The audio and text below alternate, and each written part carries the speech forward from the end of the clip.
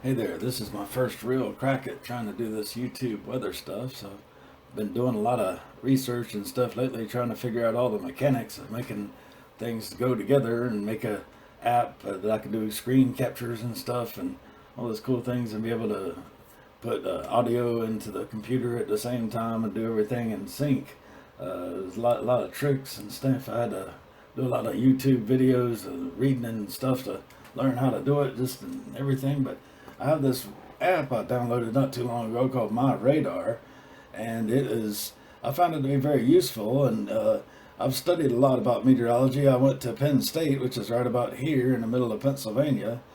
I currently live right about here in Fayetteville, North Carolina. I won't give my exact location out, and I studied in the nation's capital for a year in the National Weather Service right about this area. So I've spent most of my life down here in Fayetteville, but I did spend 3 years in college.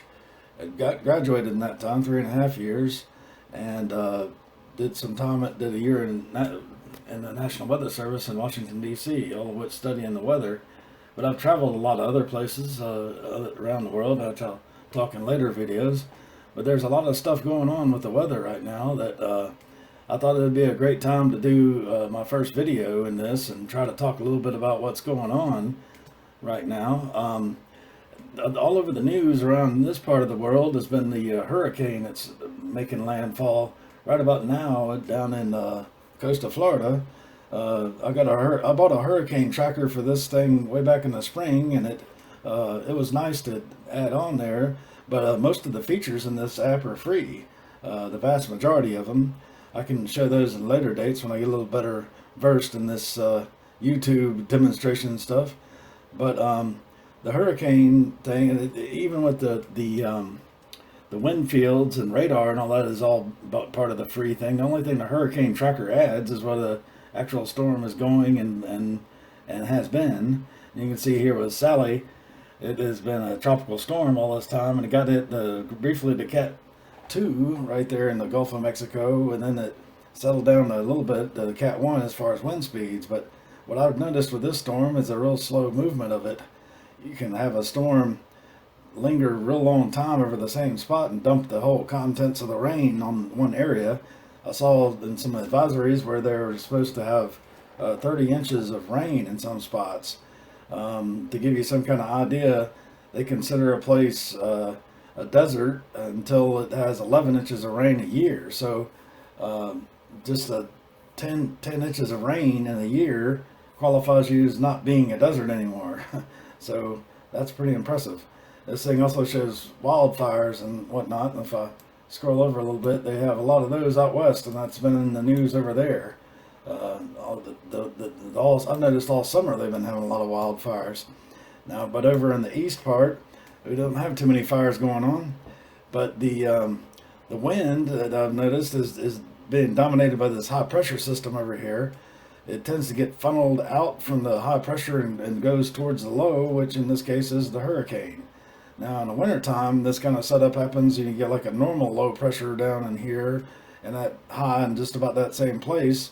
And they have this event called cold air damming, where all this air coming out of the high pressure gets bottled up by the mountains that are right in here. There's a lot of real high mountains, especially in this area. And the wind gets and hits this mountains and gets funneled down, and they call it cold air damming. And you notice the temperatures along here are fairly chilly, and it goes all the way down to near where the front line is, where the wind starts shifting. And you see down here, the wind's coming in out of the south. This is warm, moist air here getting funneled into the storm to keep all the rain going. And there, where we were today, we felt like it was fall. Finally arrived a little bit early.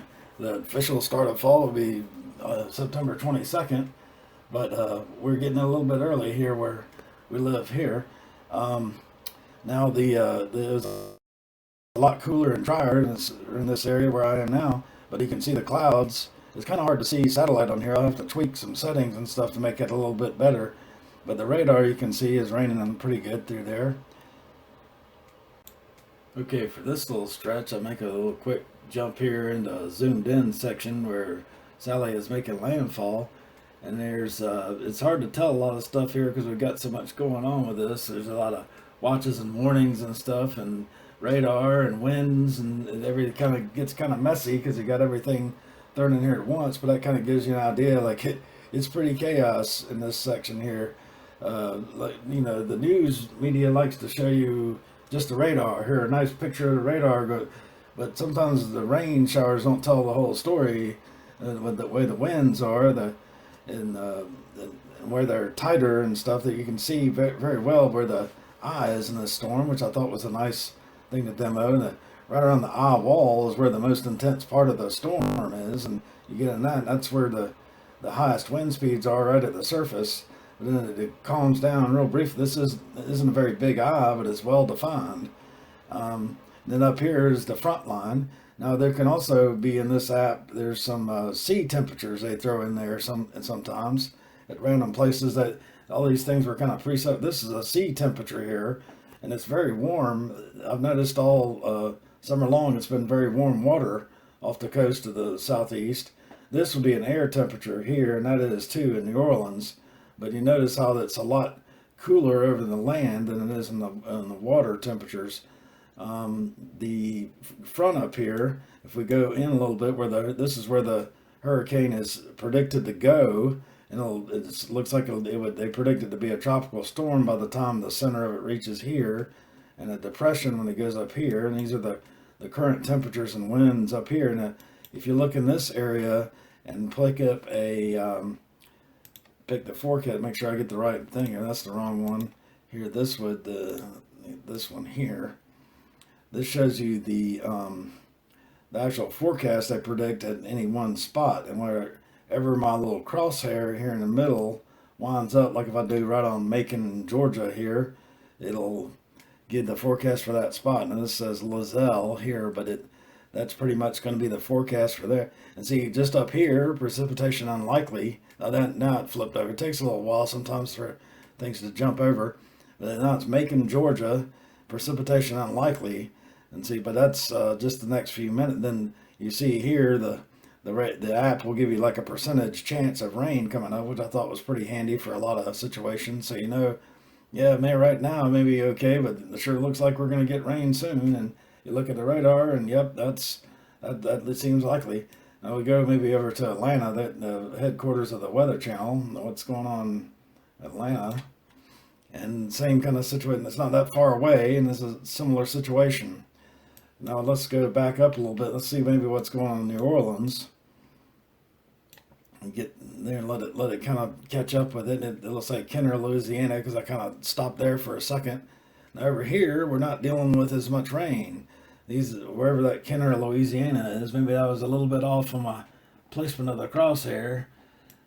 I'll go still Kenner, Louisiana. But anywhere around here, it looks like the same kind of stuff. The precipitation chances are almost nil, and that would make sense, because it looks like the rain shield here is, well, they see it's the next several days what you get, and these are the next few hours just above it. And it shows the temperatures too, and that the temperature here is doing what I call a diurnal thing, where it goes up and down based on the sun coming out and stuff. But if you go into where the hurricane is, you notice it kind of flat lines. One thing that a lot of people don't realize is when the hurricane comes around, when you're like right in it, the temperature stays fairly constant. And that's something that doesn't get reported. People are like, oh, we don't care about the temperature, but that is always something that you feel. But you notice it's just a steady thing right here in the middle of the storm. It's like it doesn't vary hardly at all. And that's been something I've noticed from going through hurricanes. It happens there. Now notice down here, there's a lot of lightning showing up on this side. So the lightning is down here. And that's another thing that's strange about hurricanes is I've noticed that most of them don't seem to have lightning like right in the middle of them. You think, okay, lightning's crashing and stuff, but if you've ever lived through a hurricane, the chances are they're not that much lightning in them. But this part down here has quite a bit. But some hurricanes do have lightning, and but other things, a lot of the ones I've actually lived through, I don't remember much lightning going on during the middle of the storm. Now back up here, you can see a big contrast between the winds on the ocean and the winds over the land. And if you go to the beach, you notice it tends to be breezy there. And what happens is the winds accelerate from high to low pressure, and over the ocean there's nothing to really stop that force from letting the wind blow. But over land they run into trees and hills and all sorts of terrain, and the force of friction slows it down and gets it slowed down. So look, I stopped at Columbia, South Carolina. That's the capital of South Carolina, and it looks like tomorrow well, actually today, so it's the start of the day here. So rest of the day they look like the lower chance of rain, but then by tomorrow that looks, which would be the 17th, there would be a lot higher chance, and on into the Friday. So that's that makes sense because that's where the depression is supposed to be heading.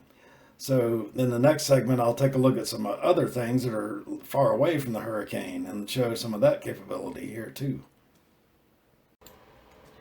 Now, when I said there was a lot going on, I really meant it. When I was looking out in the Atlantic Ocean, everybody's talking about what's going on near America, where I live, but there's a lot going out in the middle of the ocean, and it's just, people don't tend to live out there, but boats go crossing around and get into trouble, and they got to know where to go, and meteorologists got to tell them which way to steer and stuff like that. And there's also this one here kind of caught my attention. It looks like it's going to turn into a Cat 3 along this area is what they're predicting, and been weaken the Cat 2 by the time it gets here. And a lot of times when it gets to this point, it's kind of iffy, like what's it going to do when it gets that point. Now what we got, this one here is the string that was going with this one. It was a tropical storm coming along here, and it went to Cat 1 along here, but then it's been strengthening and get to Cat 2, but fortunately it's already kind of past the point where it's going to impact North America. It's heading this way. It looks like it may head up, it would head up towards Europe in some case, but this prediction there, it looks like they're going to have it turn back south and turn into a tropical storm, so that wouldn't hit anybody. But it's really packing a lot of winds. If you're in a boat or something going through there, you'd really get blasted around pretty good if you got caught up in that stuff. So I'm sure a lot of ships are having to take alternate routes to get around there. And even away from the storm, the winds are really strong out there. So it'd be some really rough seas to be sailing out in. I mean, sometimes you can find a nice quiet spot to ride a boat and kind of thing through there, but that some of these other areas are pretty windy out there. September is notorious for being a real bad in the hurricane season. It's the heart of hurricane season in the northern hemisphere, and I have a little trick to remember the hurricane season as the name Jason. You have July, August, September, October, November, as well as Jason, and then you just have to remember June, and so that constitutes all the months of the hurricane season. And another thing that caught my attention is you get up here in Greenland, and I looked in here earlier today, and the interior of it's like bitterly cold already, and it's still technically summertime, so there's a lot of sunlight still up here, but it's very, very cold in the middle of the continent. They're showing 40s and 30s here, but if you click on any of these locations in here where the ice cap is, they actually try to give you some kind of temperature on it. Let me get right in here, and it feels like -4 there, so it's seriously cold up there already, and that's a good. I guess we don't want those ice caps to melt, but notice how you go from here to just the coast, and it jumps up really quick, and that's normal because the ocean influence there. Now, also noticing how the temperatures contrast quite a bit. It's getting pretty chilly up in Canada already, and it does warm up there a lot in the summertime, but now it's starting to really cool off a lot in a hurry, even though they're still getting a lot of sunlight up there right now. But once we switch over in the fall, that will not be the case. Now, one thing I did want to demo with this temperature contrast is how the winds do. So what we do here is switch to the jet stream elevation on winds. It takes a minute to load, but you'll still have the same radar and satellite and whatnot in fronts, but then when the winds come up, they will be showing the jet stream winds. And so when I back up here a little bit on this, see that was still loading surface winds. Let's see where the jet stream comes up. We'll know it here. There we go. There's the jet stream. And one thing they were saying is this storm here, they were forecasting that when it got up in this area to turn into what they call an extratropical system, which means the hurricane basically turns into a nor'easter kind of thing, and it gets caught up with this jet stream energy, and it shifts from the whole system becomes from what they call warm core to cold core, where it becomes more of a temperature contrast kind of storm. And see where this tight red area, we call that in meteorology a jet streak. That's a part of the jet stream that's a lot stronger, and the temperature contrast is a lot more right there, and it makes the upper level winds really stiff. And if you notice, the jet stream right now is rolling around across Canada pretty good in the northern hemisphere in North America, and the temperature contrast is pretty significant through the area where the jet stream's rolling. You notice up here where it goes up real high and goes around, there's warmer temperatures, like 54 right there, but you get on the cold side of the jet stream and it's a lot colder. So meteorologists like to see jet streams to really know where the temperature contrasts are, and then where those temperature contrasts are, you can start looking around for rain and see there's a front right there. So a lot of the interesting weather tends to happen near the jet stream, so we try to pay attention to that. Now in my last segment here, I just want to show briefly that this app does go all the way around the world, and the wind fields are everywhere, and so I think the radar covers just about everywhere too. I can see radar and winds just everywhere.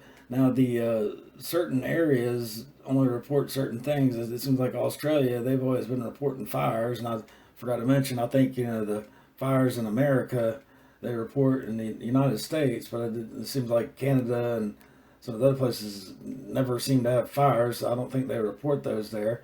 Earthquakes do seem to be something they report all over the place. You can find an earthquake and click on it, and it'll show you the magnitude of the earthquake that it was, and you can tweak it to do more sensitive stuff. I tend to only use the magnitudes 4 and greater for mine, but you can keep an eye. There's a tropical storm coming around here. They call them typhoons over there, but it looks like it's gonna get a little bit stronger before it makes its way. It looks like it's gonna hit Vietnam, but it's out near the Philippines. The Philippines get battered pretty bad by storms over in Asia, and the temperature reports are only right. Looks like Korea and Japan are the only ones reporting temperatures than this thing yet. But I've noticed they've been adding more and more people to these things.